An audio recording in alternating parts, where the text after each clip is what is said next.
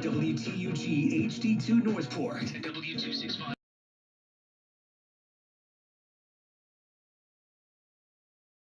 Northport and W265CG Tuscaloosa. A Town Square Media Station. What had to be, you could forget about it. Touchdown, Alabama. Tide 100.9 and streaming on the Tide 100.9 app.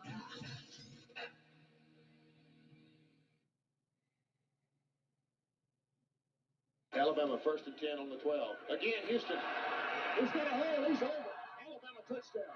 I'm just wondering if your listeners know how good a football player you were. I can still see you.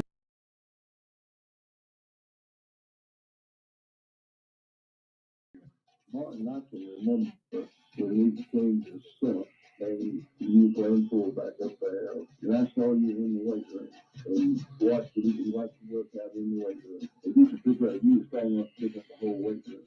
I really appreciate it, and I learned that thing back biggest mistake we ever made. The Martin Houston Show with national championship winning fullback Martin Houston, giving you 1 hour of intense, hard-hitting analysis from an insider's perspective. It's time for the Martin Houston Show on your home for Alabama sports, Tide 100.9, and streaming on the Tide 100.9 app. 3, 2, 1.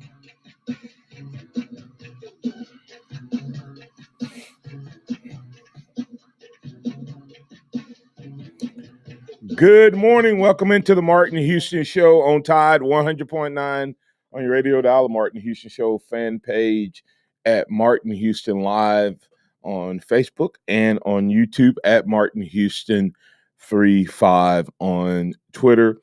It is a beautiful Monday morning, and this is a day that the Lord has made. So let's rejoice and be glad in it. Take some time today to notice someone, love someone, serve someone. Be the difference you want to see in the world today. Got a great show lined up for you. Want to invite you to get in on the conversation at 205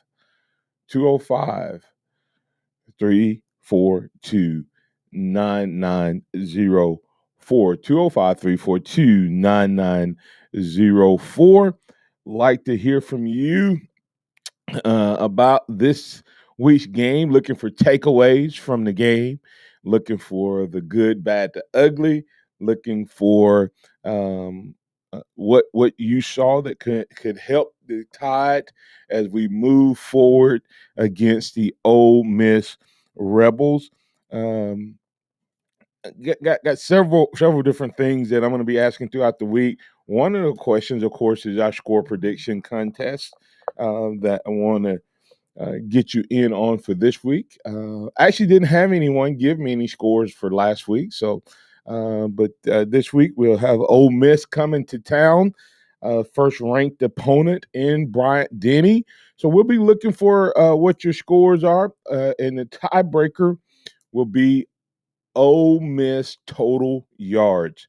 What's going to be the total yards for Ole Miss? Also, how many TDs will Bryce Young? Here's a great question. How many TDs sitting at 15 with one interception, which should have been 16-0?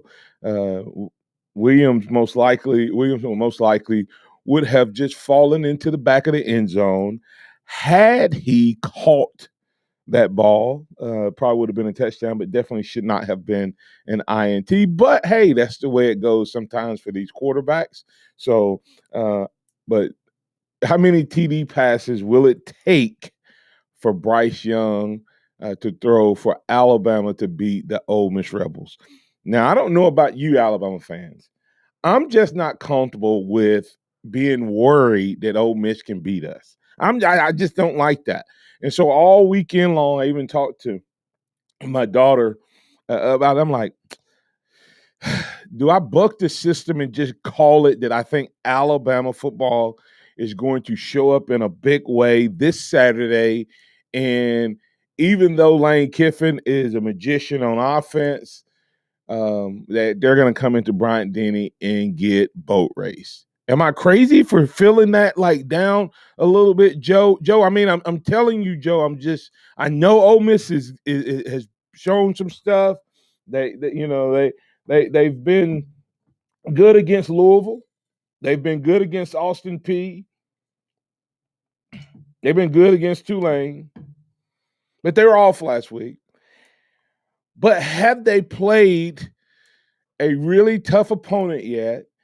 And can they execute against Alabama the way they have against others? I'm just, Joe. I'm serious. I'm feeling something. But I don't want to be out there on a limb by myself. I'm just wondering if all Alabama fans out there are nervous about this game or really excited to see if the focus and the discipline and the consistency can all come together as they face Lane Kiffin and not be surprised like we were last year. Or is it going to be another whoever gets the ball and flinches first? I mean, gets the lead and then the other team flinch, wins the game. So just thinking about that. I'm gonna get you to comment on that in a moment, Joe. But I see we got someone holding, so let's get to the phone lines. Curtis Lewis, you're in with the Martin Houston Show. What's on your mind, sir? Martin, how's it going there, man? All right, how's it going? Going good. Hey, last year, Jamil Burrows flashed. But we didn't see a lot out of him for the majority of the year. But now, Saturday, he flashed again.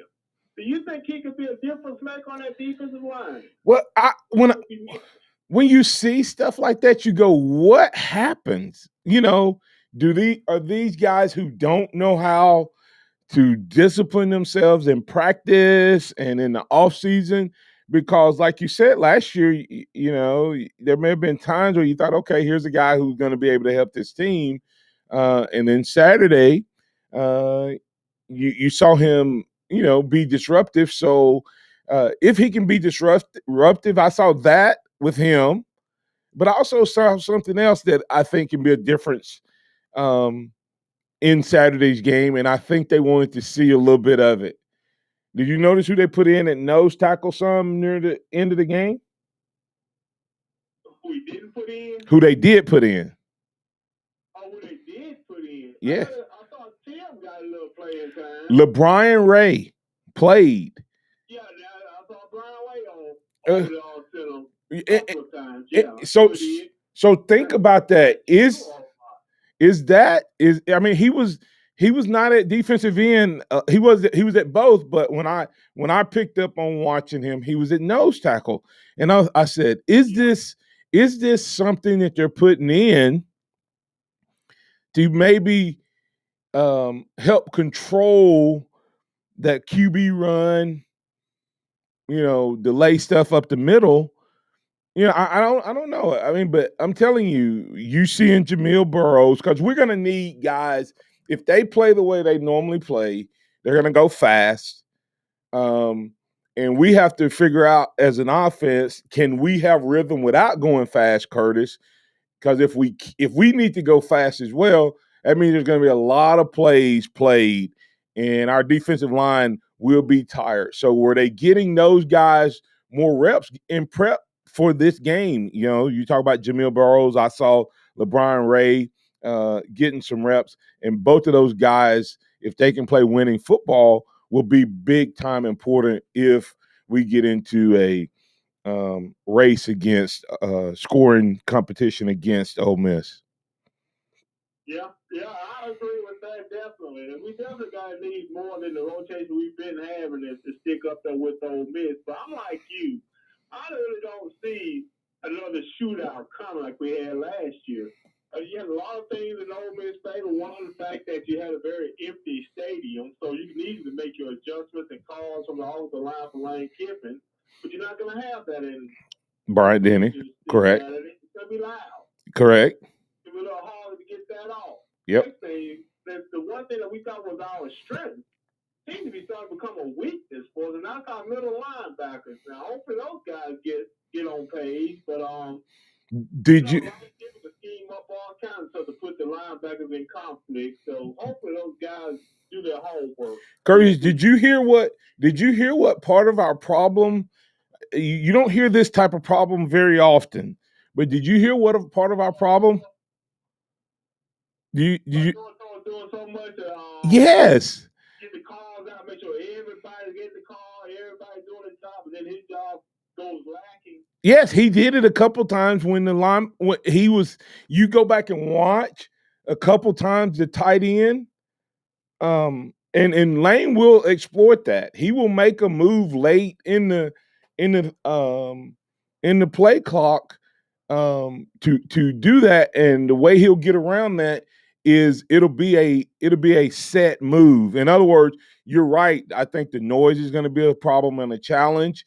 So Lane Kiffin, if I'm smart enough to think of it, he is too. He will have a set formation they break the huddle with. They'll move, and then they'll have a second move already built into the play off of a quarterback raising his foot. And if they do that and Toa is still doing the same thing, because he did it a couple times Saturday where he was up getting ready trying to get somebody corrected. They snapped the ball and he was out of position to cover the tight end. And we know what the tight end did to us last year in the Ole Miss game. Oh yeah. But now, do you think Toa does that because he's not used to playing with experienced players like in Alabama, whereas in Tennessee, say for example, he pretty much was the defense.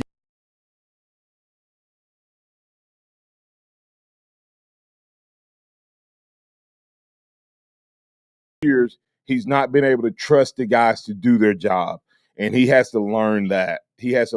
So, all right, hey, you have a score prediction for me early, or you gonna call back later?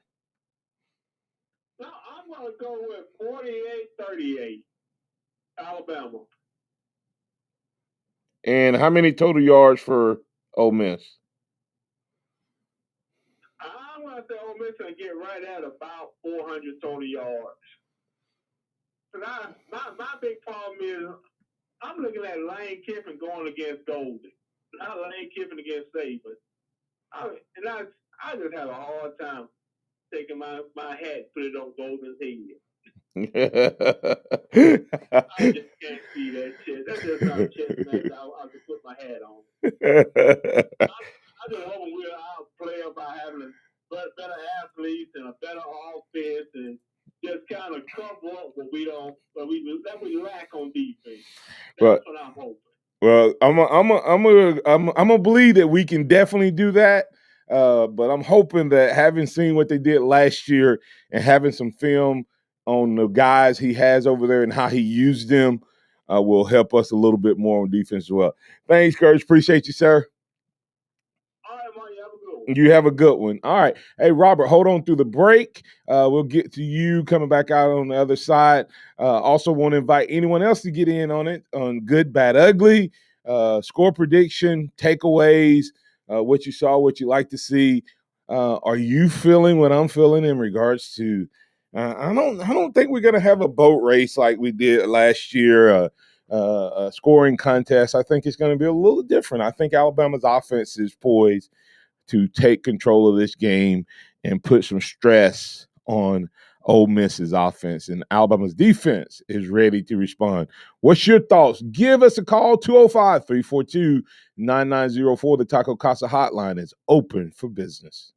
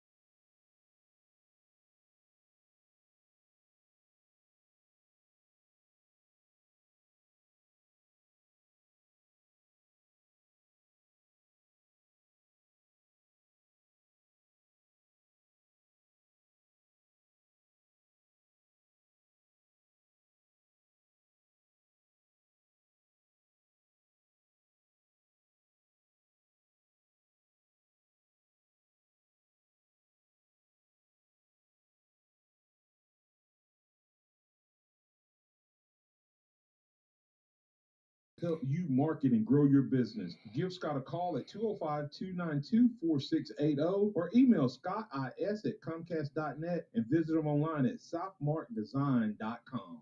Interact with the Martin Houston Show by calling us at 205-342-9904 or tuning into the Martin Houston Show on Facebook.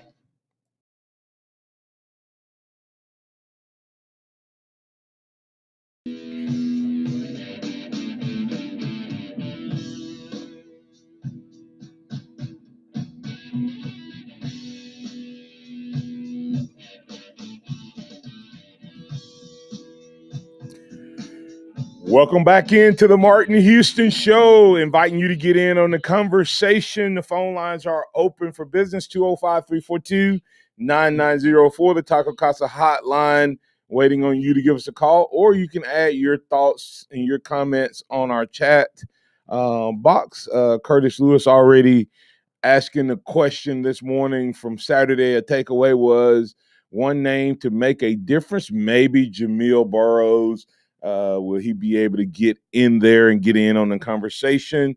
And Curtis Moore II saying, wow, you read my mind, man. He, all caps, needs more playing time. I strongly agree. Well, we'll see if Jamil Burroughs is a difference maker. LeBron Ray was a guy that I took away from that game thinking, what can this guy do to help us win? Let's see what Robert has to add to the conversation. Robert from Mobile, you're in with the Martin Houston Show. What's on your mind, sir? Hey, man. Hey, now. But Bryce Young was outstanding Woo! yesterday. Woo! For me, accurate to the T. With a lot of all his passes.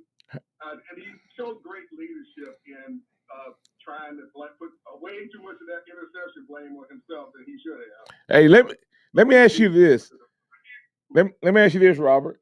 Now, did he was 20 for 22, okay? He had an intentional grounding, right? Right. And an incomplete pass that was dropped. Is that his only two incompletes? Did every other pass land in the hands, or do they not count? I wasn't sure. I was like, do they count that one? Because I don't remember a drop pass in that game other than the one that was intercepted in his intentional.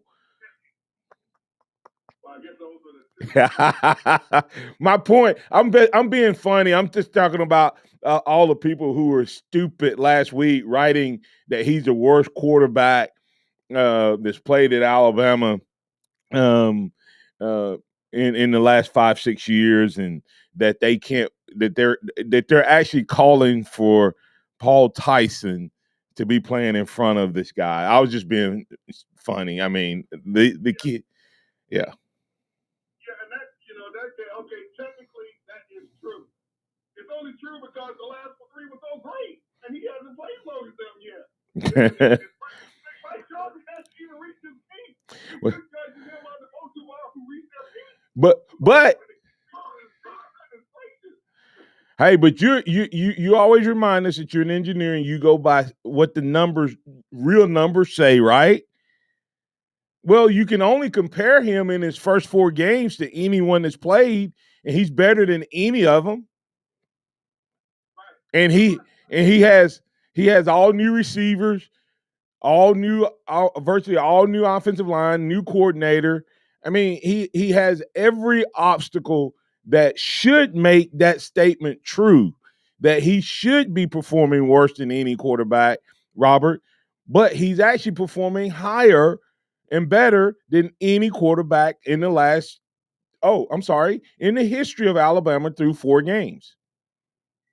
Yeah, and with playing as always, the numbers and the eye test. Both to be a great player, both of them have to match. Sometimes the eye test didn't reflect that. Sometimes the eye test was, with the eye test, you would look a little less polished than Mac Jones to him, and even Jalen. He's more polished than Jalen here in Tuscaloosa. He's more polished than Jalen in Oklahoma, but he was more polished than Jalen in Tuscaloosa. But again, all those guys, you judge by when they reach their peak, and now that game yesterday, he's starting to look as polished as they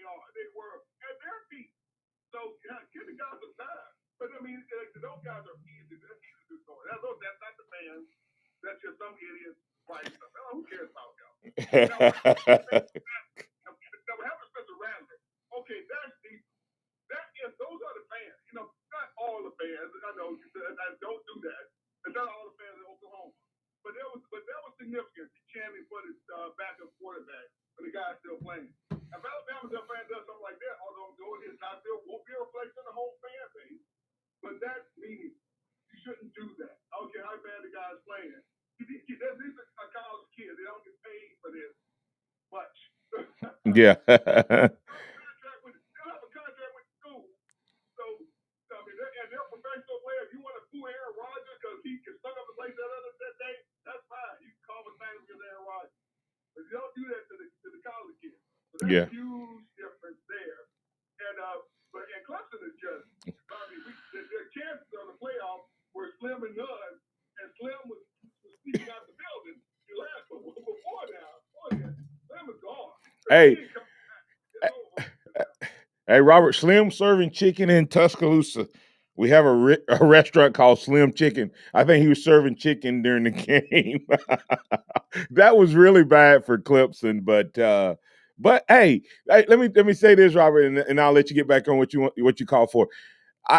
As I was watching this weekend, I just took a moment before Alabama played and thought, wow, now I see how good. I mean, you always know how good Nick Saban is, but with this Nick Saban run, there's been some teams that have ran along with him to a certain degree, right? You've always seen Ohio State kind of stay there with him. You've kind of seen Clemson be in the conversation with him. You've seen Georgia be there as well. Well, the problem is Nick Saban's been doing it for 14 years. And we haven't had a season, even when we lost the 3 games we lost that year, 2010, it wasn't like we didn't look the way Clemson looked. We didn't look the way Ohio State looked at home against Oregon. We lost games, but we went to other people's field and they played like lights out. And so I think that we need to really take another moment and appreciate just how hard it is to be as good and as consistent as we've been at Alabama, and really, really appreciate it because I know they're already firing people over at Auburn and benching quarterbacks. Yeah, this is supernatural. This is beyond natural. Nick Saban's got us in the supernatural zone. We'll never see it again. I'm lopping it up every chance I get. Yeah. Hey, go back to Old Man thing. Mm-hmm. The reason why we're all nervous and the reason why we all think it'll be like it was last year is because the Ole Miss is better. I mean, they're better than they were last year. Even on defense. Last year, that Louisville game, it was barely squeaked by, and Louisville would at least score 45 points. This year, okay, Louisville still got some blocks that decent number 4, but only 24. That's a huge improvement. And their offense is looking better, too. And our defense, our linebackers still aren't as where we would hope they would be. That's the problem. Our defense is looking a lot like it did last year with those same little problems, especially across the middle with our linebackers. Let me ask you this, Robert. Is Ole Miss ready to handle what people are saying, though? See, the difference is it's one thing to sneak up on someone. It's another thing for them to see you coming straight out the gate. Last year, Ole Miss snuck up on Alabama and was underestimated. Do you think any of those guys on that defense that were returning is not this week honed in? They should be every week, but the reality of it is, we all know if there's a deadline, we tend to get more focus. Or if we got a big deal coming up, we get more focus. So the question becomes, can Ole Miss deal with the fact that everybody's telling them you're ready to take down Alabama? Right now on the Alabama schedule, would you say that Ole Miss is given the best chance of beating Alabama than anyone on our schedule? No question. This game for the SEC West, I believe. And so with that said, I think Alabama is more ready than they were last year, and of course you have to be with it's just I know it's hard. It's just hard. I know Kiffin is creative, and it's probably some of me still being in the player mindset, Robert.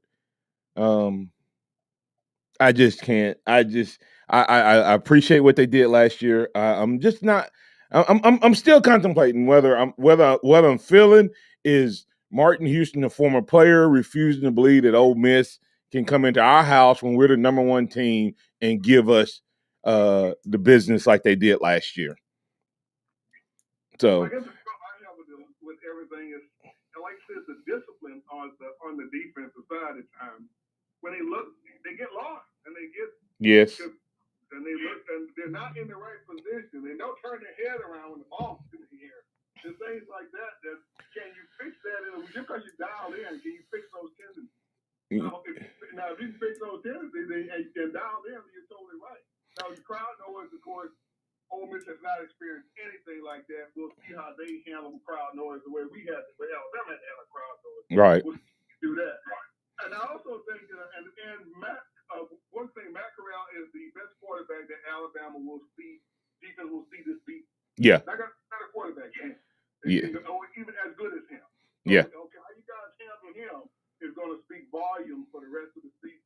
If you handle him, then we can definitely take care of Georgia's quarterback. Well, hey, I have to let you go after this, but I'm gonna tell you, we figured out how to stop the mesh run. You know how you do that? You release the Terminator, and you just say, "Go hit whoever's standing at that mesh point." I don't care which one you hit. Sooner or later, they're gonna lay that ball. If Will Anderson plays the way he did Saturday, and they're gonna read him, he is too quick, too explosive, and gets to that mesh point too fast. There's going to be times that they're not even going to get that ball out. I'm predicting at least 1 to 2 fumbles caused by him coming off that corner, because that's what they implemented this week that we didn't have last week. 2 weeks ago against Florida, was him hitting that mesh point wide open, and that helps with RPO. That helps with the read option. It helps with all of that. I'm telling you, that's going to be a difference maker. I know you can call back, or you want to give a score now. I'll give a score. Hey, real quick, when you say Will Anderson, you got to use it in the Matrix. You got to call him Mr. Anderson in the Matrix voice. Yeah, that dude. Hey, that dude is. Whoo. Oh my goodness, he is good. I'm gonna go 48-2. I like 48-30, like the previous caller said. Can I say that's the score too? Yeah, but you just give me a different tiebreaker for total yards. I'm gonna go 450 for Ole Miss. 450. All right, that sounds good. Thanks, Robert. Hey man. All right. All right. Let's go ahead, get the break here. Come back on the other side. Pat, hold on. We'll get you as well. We appreciate you being a part of the conversation. 205-342-9904. You can get in on the conversation here as well. Got some comments I need to get to from the game and at yours in.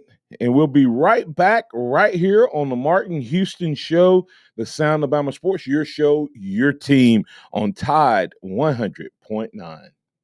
Tide 100.9 traffic.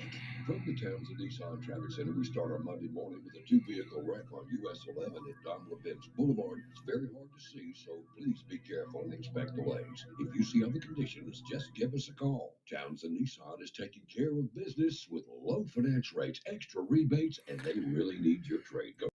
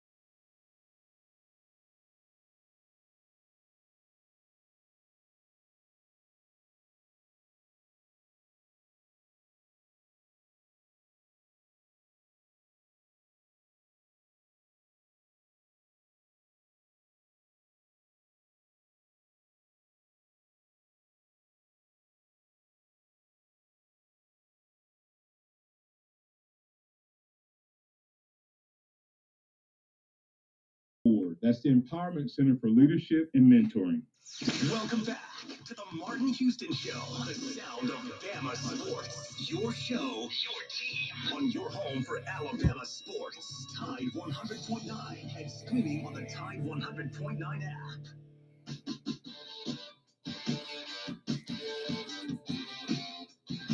Well, we make some big plays. I think, we broke some runs.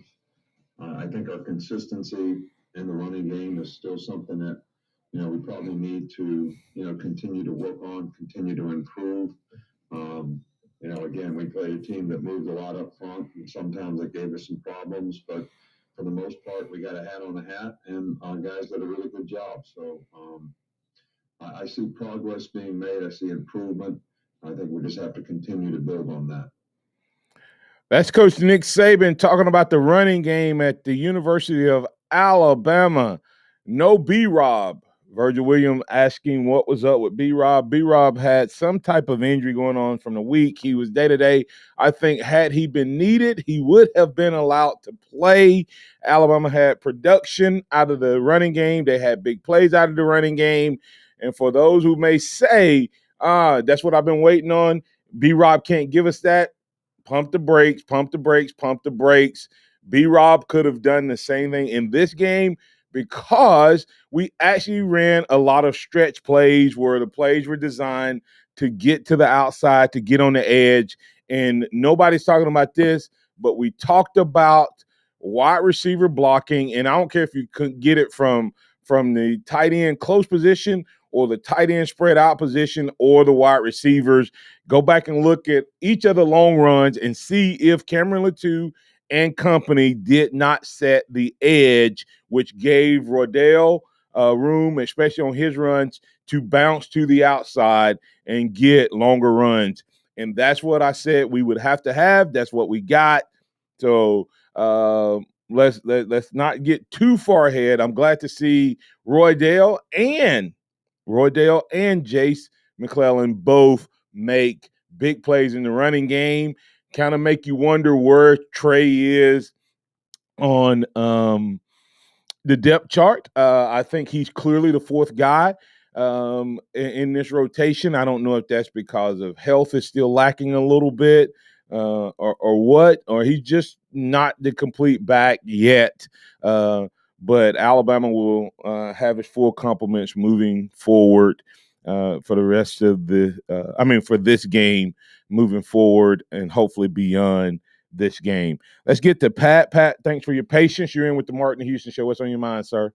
Good morning, Martin. Good morning. Really, really, really ugly. First off, Bryce was amazing when he threw that fade on that tight end pass over in the corner of the end zone. He just dropped it right in the bread basket. Was that not a beautiful thing to watch? Man, let me tell you how good he is. It looks like his balls are going to be like overthrown or high, but he puts the right spin, the right trajectory on it, and the right velocity on it, and it drops in the bread basket. And that was just another example of just how good he is. You know, the irony of that, he doesn't make that pass play if Billingsley doesn't lose his footing. Pat on an earlier play, but yeah, he was on point all night long, and it was good to see. But I'll say that Paul Tyson had a nice pass as well when he was in there, and Jalen Milroe had a nice pass. So all of those guys would be guys in there that would have all three of those guys made some nice touch passes, but Bryce Young clearly the man. Right, the quarterback play was phenomenal all the way around. But as far as bad goes, bad is for Ohio State losing speed, pure unadulterated speed. Was that not when he just took and pulled away when he caught that ball on that 81-yard reception? Was that not an amazing thing? What do you think?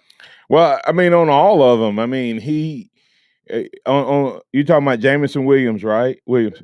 Yeah, I thought his kick return was special, but the reception on the 81 yards, I mean, he just looked like he got faster and faster. Yeah, he is definitely one of the he is a nice compliment to Alabama and a guy who when he gets consistency with his route running in his hands, he is going to be a really, really big time threat that's going to make the other guys even better because what he's going to start demanding if he can do this one more week, Pat, is he's going to start demanding you put somebody over the top of him.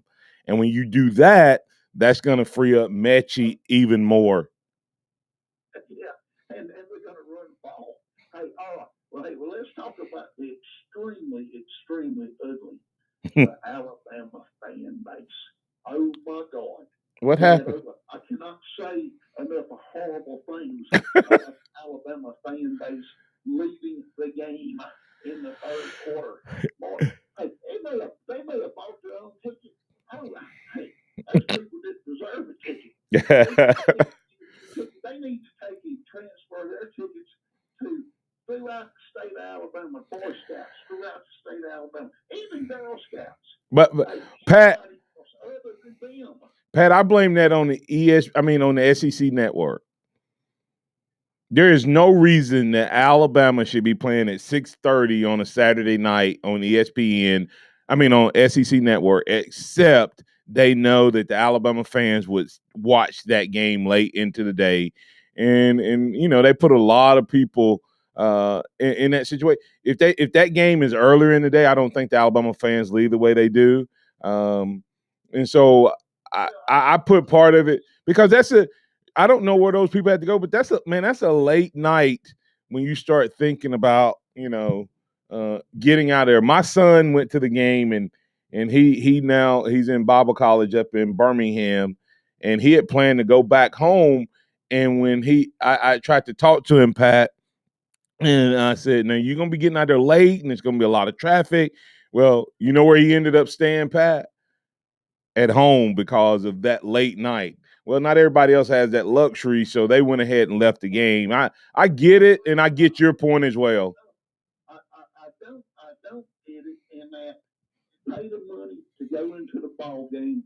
Those children that work their butt off in spring and especially in fall camp, sweating what used to be 2 days, hey, that they deserve to have butts in the seat watching them.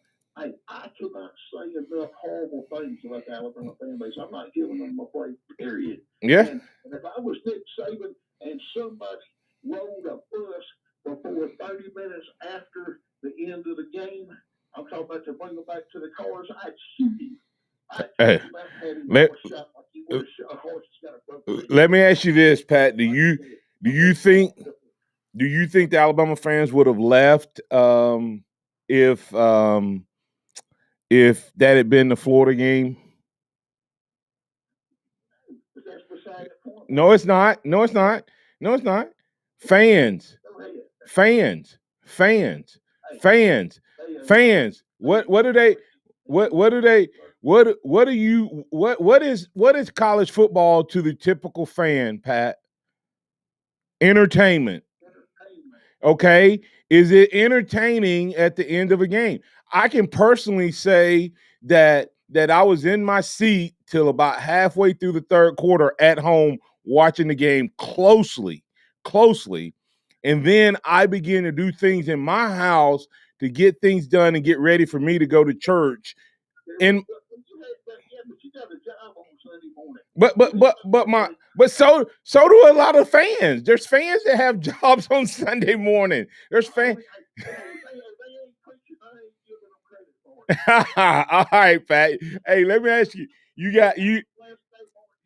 All right, you have a blessed one as well. All right, that's Pat giving him a hard time. Curtis Lewis asked a question. Let me give you my good, bad, and ugly. I'll give you a couple of them before we get the break here. From an ugly standpoint, from an Alabama standpoint, I would say penalties. We got to get better in the penalty game. We got to get better against Josh Jobe has gotten what 3 or 4 pass interference calls this season, something like that. He has to play better against Ole Miss, or Lane Kiffin will exploit that. So the penalties was the ugly for Alabama, and then but Joe, did you see the Auburn game? Mm, mm, mm, mm. 24-12 at halftime to the Georgia State team. I don't even know their mascot, Georgia State. All right. And then they benched the quarterback. And then Auburn had to have a 98-yard touchdown drive to win, and got to fourth down maybe a couple times. I know at least the last one. And if it wasn't for big-bodied TJ Finley being able to just pull through a tackle, Georgia State probably wins that game anyway. But what about the kid at Ohio State? Did you see that, Joe? Being upset in the middle of the game. Yeah, and walking off the field.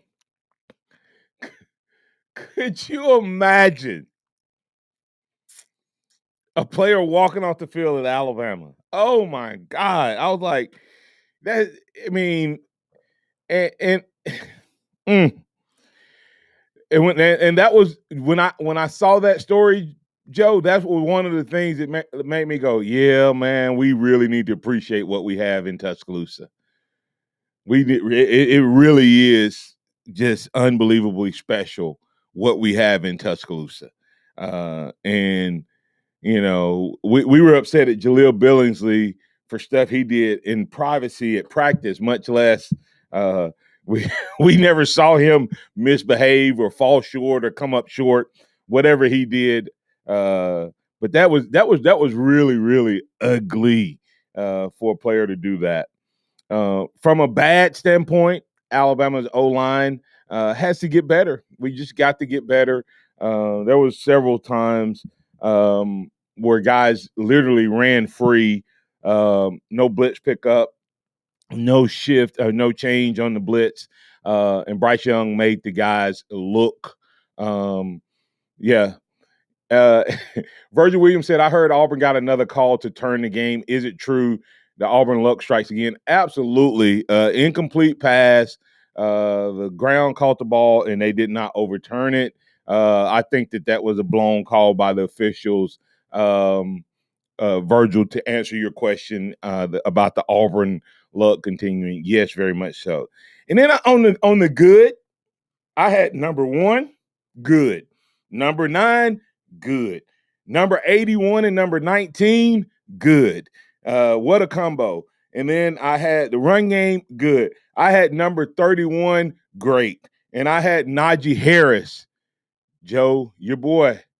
I know that's a pro thing and it's not Alabama directly, but 14 catches, 14 touches, 28 rushes, 28 total touches. Najee Harris tying the record in the NFL. So we'll talk about those things, those good, bad, and ugly, coming back on the other side. Kudos to Najee Harris stepping up at the next level.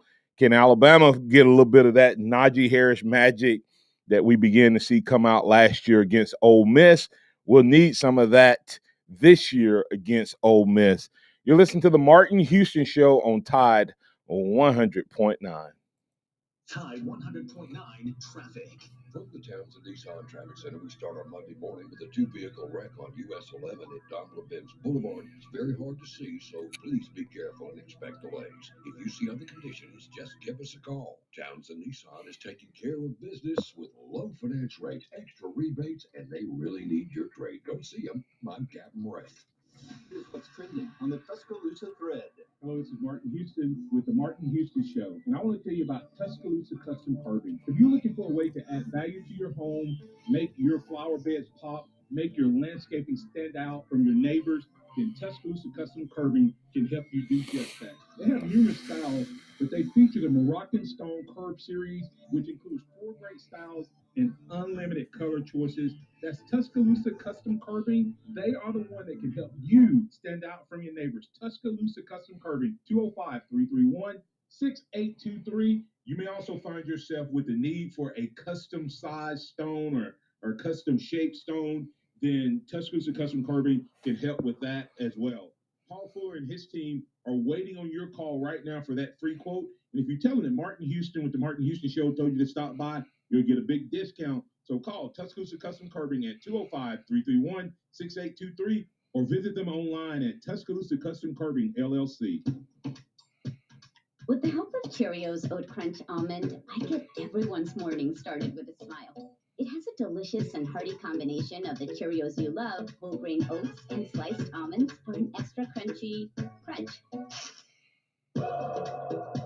That's how I set the rhythm for a great day. Look for Cheerios Oat Crunch Almonds in your local grocery store. Don't miss a play at the Sportsbook at Pearl River Resort. Your front row seat to all the action. Place bets on all professional and most college sports at the counter, kiosk, or on your phone. Then catch the game on one of our 20 big screens from the comfort of the newly remodeled Timeout Lounge. Plus, the PRR Sports app gives you access to live, in-play sports betting. Sportsbook at Pearl River Resort. Be more than a fan. Be a player. Must be 21. The sound of Bama sports. Your show, your team. The Martin Houston Show on your home for Alabama sports. Tide 100.9 and streaming on the Tide 100.9 app.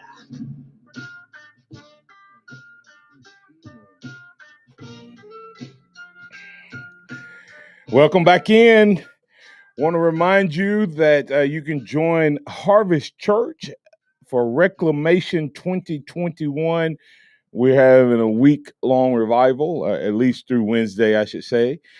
Services starting at 6:30. Would love to invite you to come out tonight. Pastor Randy Fuller of New Beginnings Church will be there for Harvest Church. Great time of worship and a great time of preaching of God's Word. Reclamation 2021. Reclaiming America, reestablishing the truths of God. That's Reclamation 2021, hosted by Harvest Church out in Coker, Alabama. Love to see you. All right. Well, Joe, a couple other thoughts, comments coming in. Virgil gave me his good, bad, and or he gave me some of his good. He didn't give me the bad and ugly because wasn't a whole lot of bad and ugly in that game, but good was better offensive production and play calling. Agree. Bryce seem to make better decisions and was hitting receivers in stride. Better, quicker decisions, timing, all of that seemed to absolutely equal big plays. Better run calls and allowing the guys to get on the outside and in space. Conversations around Tim Lewis and company and what Alabama is going to do. Jamil Burroughs got some playing time. Was it because Tim Smith being hurt, or is he ready to play? LeBron Ray getting in some reps, is that going to be important to see for us going against Ole Miss? Question Virgil or statement Virgil Williams made regarding Paul Tyson. I was surprised that we did not see those guys in earlier, but Paul Tyson would have liked to seen him get some more meaningful reps just in case something happens to Bryce. But true, Bryce is the man and doing very, very well.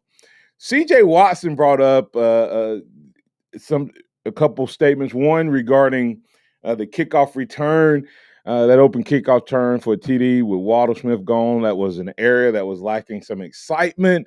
Good to see there is some anticipation now whenever the ball is kicked. So, so that kind of makes you go, what is a little concern regarding Alabama?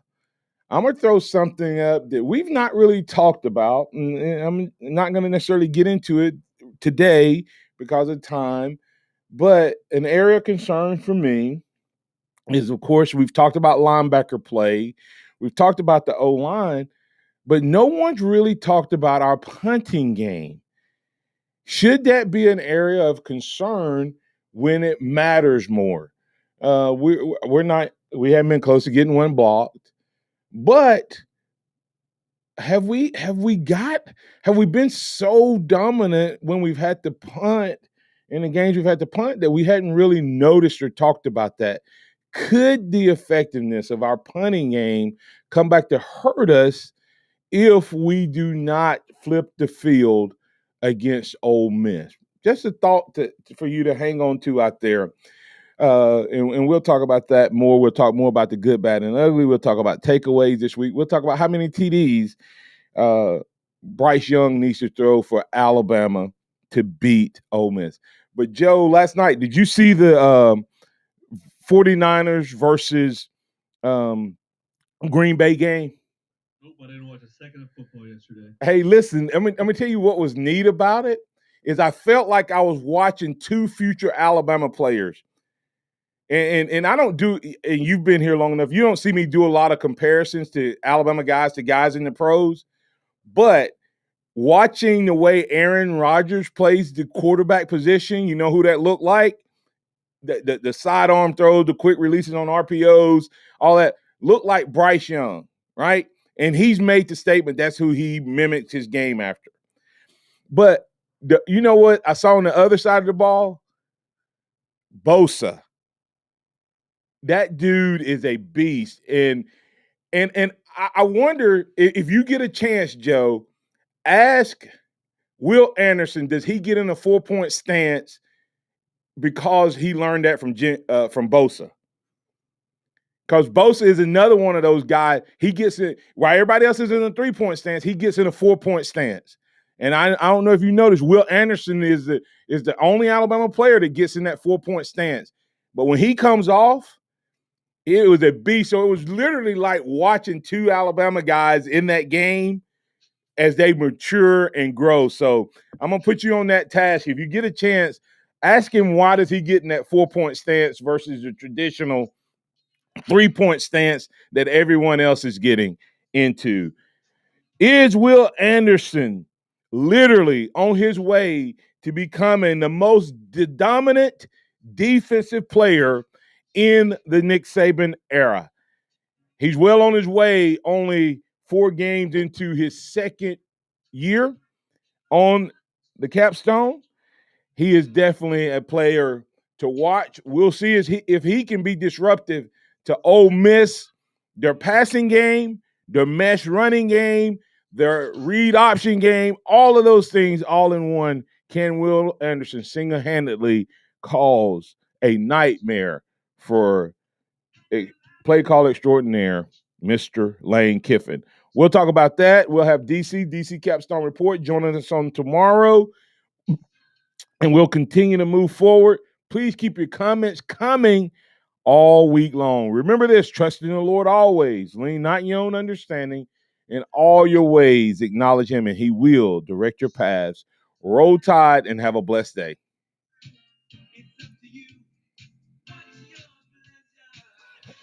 Thank you for listening to the Martin Houston Show on your home for Alabama sports. Tide 100.9 and streaming on the Tide 100.9 app.